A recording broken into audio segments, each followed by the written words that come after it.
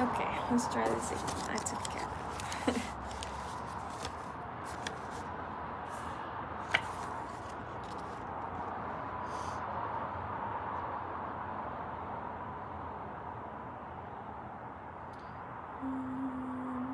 Familiar relationships are callings. Later as a child, the Lord called me to himself, and I became a Christian, the most important calling of all. Marriage, too, is a vocation, as both the Catholic Church and the Martin Luther have taught. Some have that calling, and others do not. While the word calling has many different applications, the overall sense is the same. A vocation might begin as a hobby and then become a job or career, or it might be something we devote our whole lives to and never get paid to or gain public recognition for doing. It can overlap with any of these categories, but it always transcends them all. Work, which as we've seen is part of what it means to be human, and to imitate our Creator through the creative nature of work, can fall into various categories. We do work in many areas of our lives. In a short video interview, Elizabeth Gilbert, an author of Eat, Pray, Love, helpfully defines 4 categories of work: hobby, job, career, and vocation. I'm drawing on Gilbert to describe them briefly here, before fleshing out some of them in the chapters that follow. Hobby. Gilbert describes hobbies as the interests we pursue purely for pleasure. What makes a hobby fun, even if it requires a lot of effort, is that the stakes are zero. In pursuing a hobby, you don't have to make money from it, you don't have to attract an audience for it, and you don't have to make a name for yourself. A hobby can be completely for private enjoyment, like my very unskilled flower gardening. Job. Of the 4 categories, a job, Gilbert says, is the only one that is a necessity. We all need to have the means to put a roof over our heads and food on the table. Very few of us, she points out, are landed gentry these days. Even the vast majority of writers and artists have day jobs. A job doesn't have to be great or fulfilling, she says. It just has to pay. And if a better one comes along, all the better. The things you love in life can be pursued outside a job. Career. Gilbert defines a career as a job that you are passionate about and that you love. A career is something worth making sacrifices for because you love it. It's fine to have a job you hate, Gilbert says, but not a career you hate. If you don't love your career, you shouldn't have it. I would add to this another helpful distinction between a job and a career. The word career comes from the word that means to run a course. It shares this root with the word careen. By its very definition, a career implies a course, a trajectory, a direction. If your work is taking you along a course that you do not love, it might be time to get off the train before it carries you further in the wrong direction. Vocation. Though she comes from a spiritual but not religious perspective, Gilbert essentially agrees with the Christian understanding that vocation is a divine invitation, a calling from outside ourselves. She describes it as the voice of the universe in your ear saying, I want you to do this thing. I want you to use your talents and gifts to make this thing. I want you to participate in the story of creation in this way. No one can give you your vocation to you, the way a job can be given, and no one can take your vocation from you, the way even a career can be ended by someone or something. Gilbert says that before she had any paying jobs as a writer, she had a vocation as a writer, working various other jobs in order to pursue her vocation. She acknowledges that writing career she eventually gained could end someday, whether because people no longer like her work or because the publishing industry itself comes to an end. But she will still write because it is for her vocation. It is what the universe has called her to do, whether or not anyone sees her do it or pays her to do it. Gilbert's definition corresponds well with the mere scholarly one, which defines calling as a transcendent summons experienced as something originating beyond the self. Yes, a divine invitation. A divine invitation. Calling. When I was 18, I carried a vivid picture of what my life would look like when I was 28. That particular image took form during my first semester of college when my English professor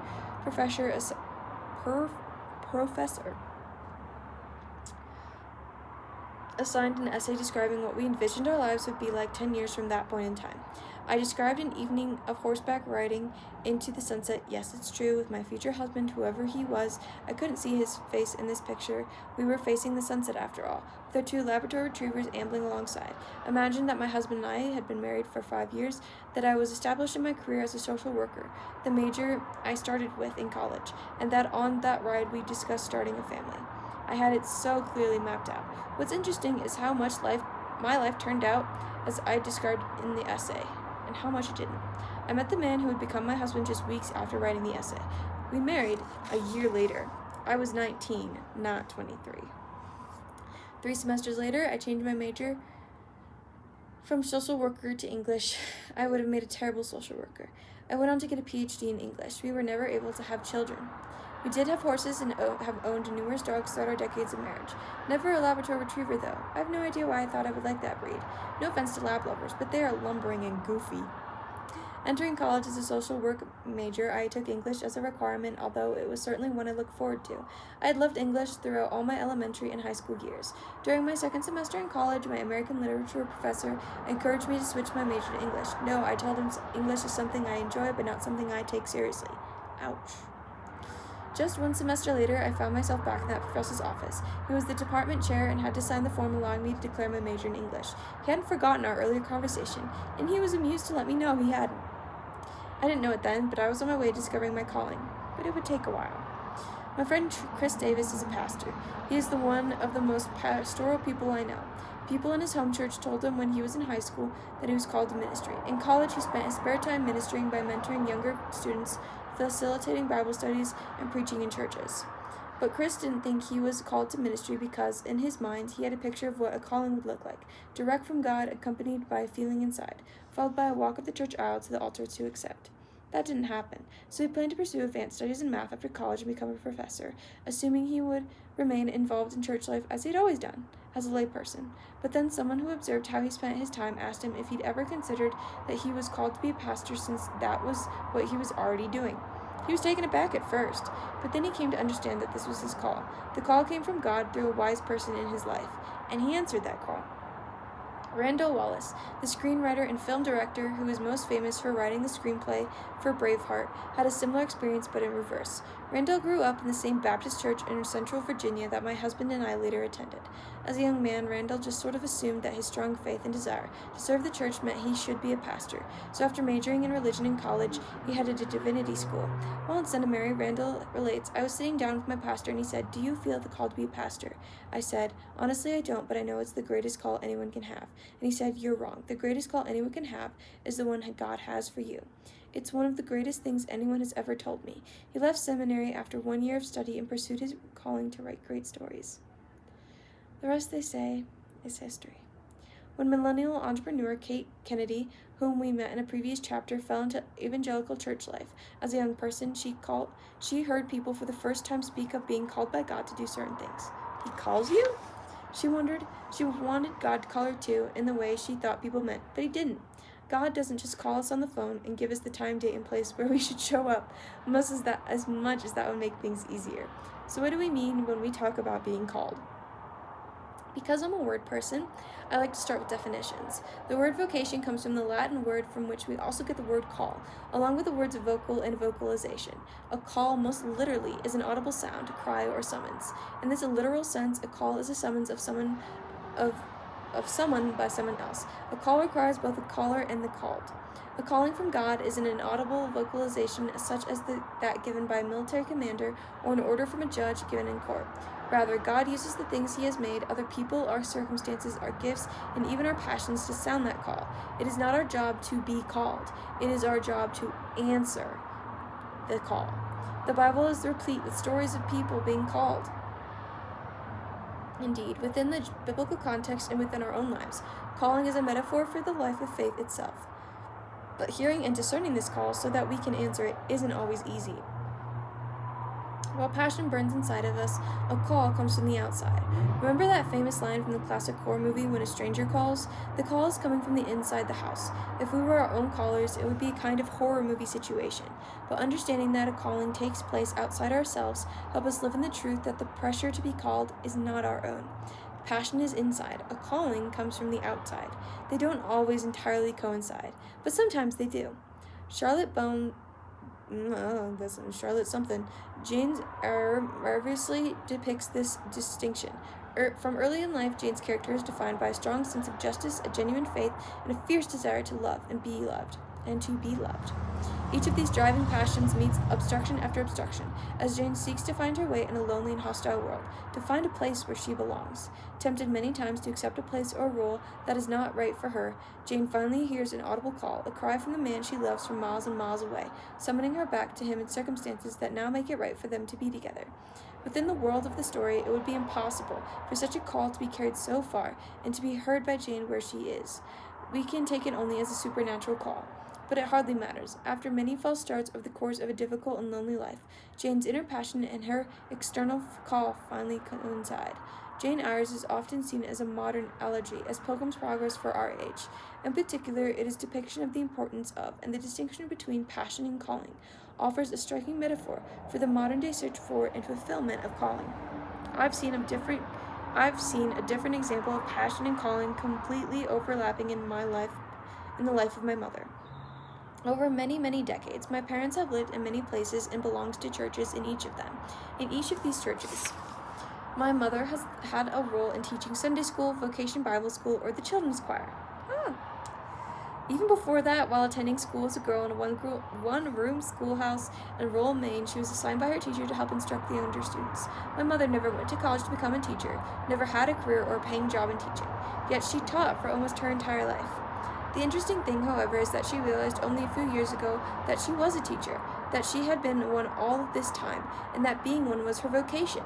She had simply done it without that awareness. Even as she approached her 90s and became too frail to attend church in person, she would sit at home making lessons and craft projects to mail out to children in the family, and in ministry halfway across the globe. Aww. She could simply not teach the Bible to children. It was her calling. You too may be able to look back on your life someday, or even now, and see that something you've been doing all along has been all that time a calling, even before you recognized it as one. In a previous chapter, I observed that being paid to do what you love has for most of human history been the exception, not the rule. I admit gratefully that for most of my working life, I've been blessed to be one of the exceptions. I acknowledge this. I have never imagined in all my growing up years, with my nose constantly in a book, that I would someday be called to be a professional reader, be called to teach others to read literature, to be called to write and speak about literature. I also mentioned in that chapter that people often ask me how I got where I am, how I do what I do, usually in the context of writing. The answer is that I was called. Well, strictly speaking, I was usually emailed. I began my public writing career publishing in small publications, building up my resume, and more importantly, honing my craft. Eventually, one editor at a national Christian publication reached out, interested in seeing more of my work and eventually publishing it. As a result of that wider exposure, even bigger national publications, secular ones, reached out, asking me to pitch essays, which they eventually published. Nearly all of my greatest writing opportunities came because someone called me. Now, that doesn't mean I didn't try, didn't strive to do excellent work, or didn't place myself in spaces where I might be found. I did, but because I was called, I knew my writing was a calling. Even in the sense of our calling is felt within, the actual call comes from other people, and ultimately we trust as believers from God. God is an external, objective source. He is someone else. We are not Him. So when people tell me they are called to do something, I want to ask, who is calling you? Traditionally, within the larger context of church history, calling or vocation referred to one's role in a full-time church ministry, whether a nun, a monk, priest, or pastor. These terms are still sometimes used that way when, for example, people refer to a full-time church job as vocational ministry, as opposed to the lay ministry of someone in the laity, or a minister who has a second job outside the church is called a bivocational pastor. However, the Protestant Reformation challenged the traditional distinction between secular and sacred vocations. The Reformers understood that God calls everyone, not just a full-time ministry, but to do all kinds of work, and that the other work can be a vocation too. Martin Luther's views on vocation in particular were tremendously influential. They were directly connected to his understanding of salvation by faith alone, and have been summed up by saying, God doesn't need your good works, but your neighbor does. For Luther, any kind of work is vocational when you're called by God to do it. Such roles aren't limited to 9-to-5 jobs. Callings inside those of a mother, father, daughter, son, citizen, and church member, as well as truck driver, farmer, teacher, and shop owner. Nevertheless, even within some decidedly Protestant contexts, I'm thinking of my own evangelical world in particular, the elevated status of full-time ministry lingers. One speaker at the 2024 Pastors Conference of the Southern Baptist Convention declared the role of pastor to be the highest calling on the planet. This persistent assumption that church work is higher or nobler than worldly work, a form of neo-monachism, is the source of all kinds of evil. With all due respect to my Mosaic friends, a view of calling that puts spiritual work above all other kinds of roles distorts our understanding of both ministry and work. David Rovers has it right. As a school chaplain, he has been talking to a student at his school's graduation who said she felt God was calling her to be an astronaut. He later posted it on social media. I was so excited. I've never in my life heard someone say that before. We should hear more of this. A friend of mine, for example, found herself trying to discern a new direction for her vocation after leaving a church job she loved following the church's mishandling of abuse. She had prepared her whole life to work in and for the church, including going to seminary.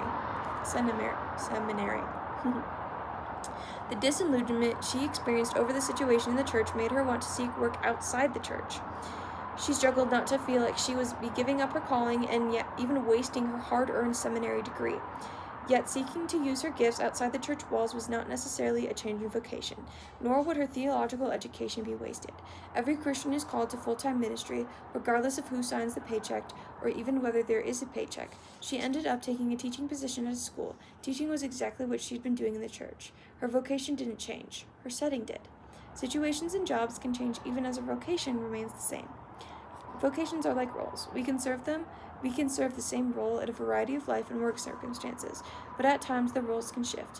When I decided to walk away from my decades-long career as an English professor, I had to wrestle with the question of whether that meant my vocation had ended.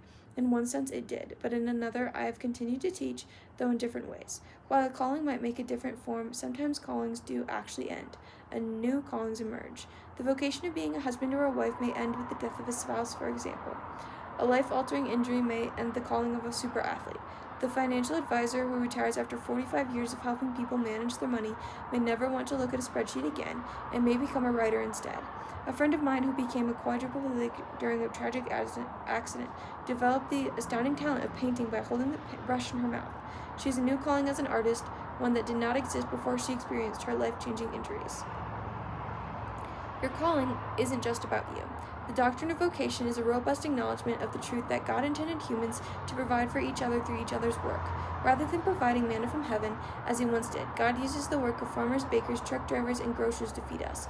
Rather than creating each new person from the dust of the earth, God has chosen to use the vocations of husbands and wives, fathers and mothers to create new human beings. Thus, as Jean Edward Vaineth explains in God at Work, the doctrine of vocation is both a theology of ordinary life and a comprehensive doctrine of the Christian faith, having to do with faith and sanctification, grace, and good works. Indeed, the ultimate test of whether we are being called to do something faith says is to ask, how does my calling serve my neighbor? When someone calls, it means they may have a need they think you can fill. This is the heart of vocation. Vocation is not about being able to fill our desires, pursue our passions, or follow our bliss. Vocation is about being called by others to serve. This understanding offers a much bigger vision of vocation than mere self-fulfillment. Indeed, Os Guinness argues that by drastically reducing the immensity of its significance in our individual lives alone, we also diminish our understanding of calling itself and what it means to be called by God.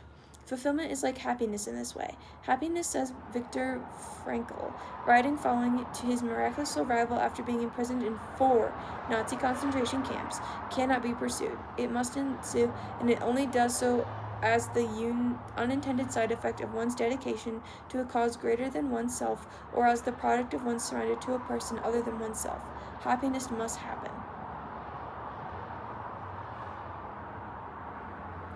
What Andrew Peterson says about art and adorning the dark might just be true of all callings. Art shouldn't be about self-expression or self-indulgence. Art shouldn't be about self. The aim ought to be for the thing to draw attention ultimately to something other than the self. As Christians, we know what the ultimate other thing should be. The irony Peterson points out is that we are most ourselves when we are thinking least about ourselves. There's a neat illustration of this perspective in the book Make Your Job a Calling. The story is told of a driver who came upon a traffic jam and some road construction on a long 2-lane highway in the mountains. The road was teeming with late afternoon traffic because one lane was closed. Just as this driver was about to be let through, the flagman turned his sign around to the stop sign, and the driver found himself at the head of the new line next to the flagman and settled in for a long wait. The driver began to talk to the flagman, someone whose job was to stand there all day, day in and day out, in all kinds of weather, and asked him how he could tolerate such a boring job. Imagine the driver's surprise when the flagman replied, "I love this job. I love it. You know why? Because it matters. I keep people safe. I care about these guys behind me, and I keep them safe. I also keep you safe, and everyone else and all those cars behind you. I get to make a real, tangible difference every day." Oddly enough, in a time when we've diminished the concept of vocation, we also tend to define ourselves by our work. What do you do? Is one of the first questions we ask upon meeting a new person, a particularly American tick. We are a work-centered culture, even when, perhaps especially when, we lack a sense of vocation. Vocation includes work, but it is more than just a career, job, or source of income. Jennifer Wiseman is an astronomer who studies the continuing formation of stars.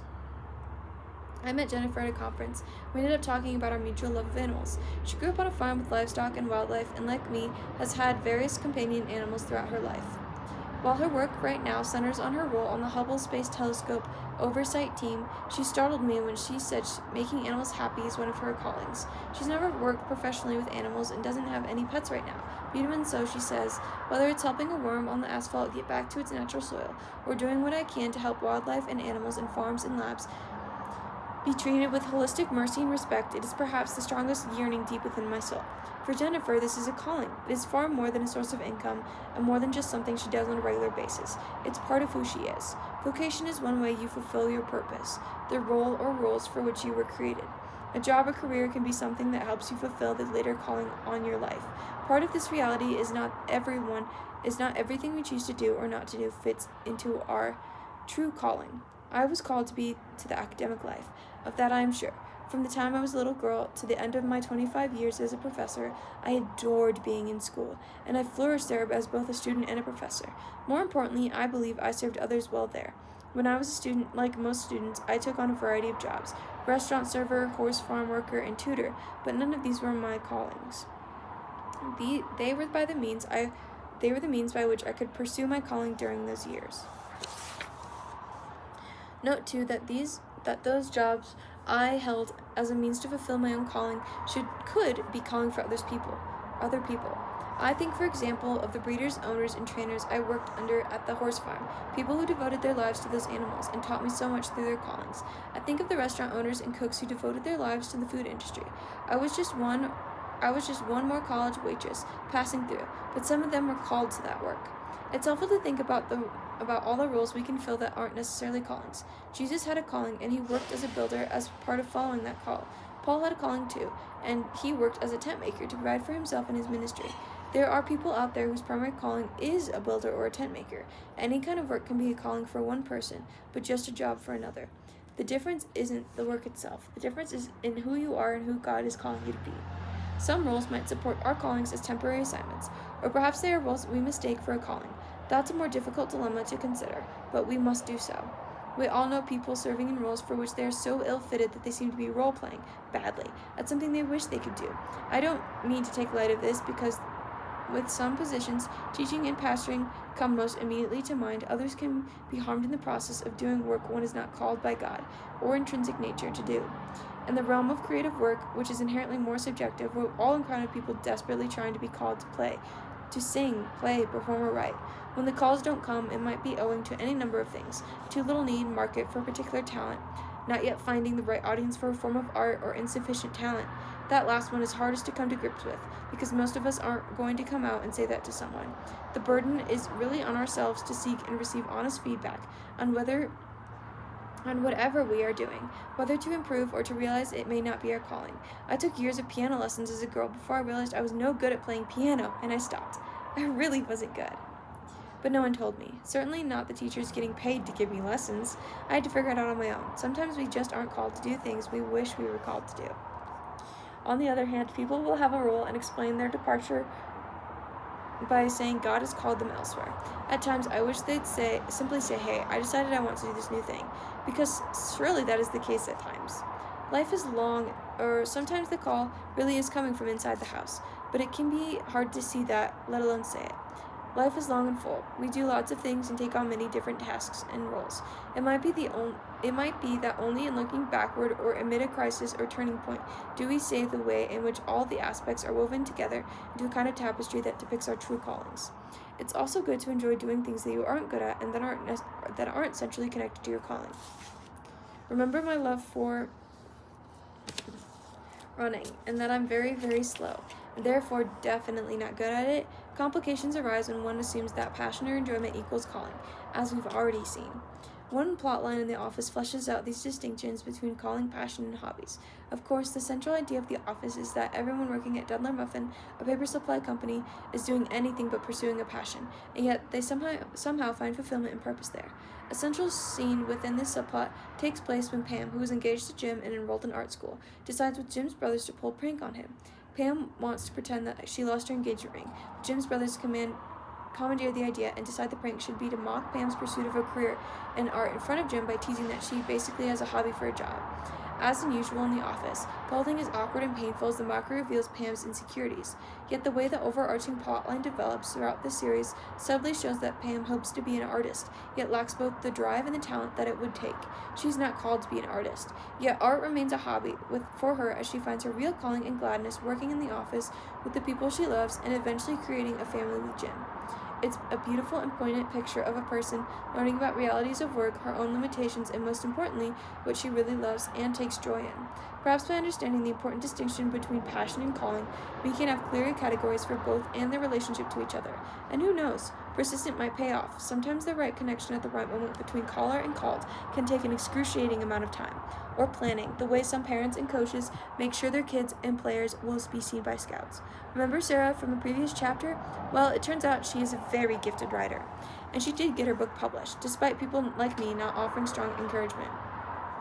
Looking back and reflecting on her persistence and patience despite the obstacles, Sarah told me it helped that I had received other messages from writers who knew my work telling me that I was a good writer and I ought to persevere. But I do think it was also helpful to receive your words as a reminder that my calling wasn't going to be evident to everyone, and neither could it be nullified by anyone else. That was mine. And that is where we'll leave it for today.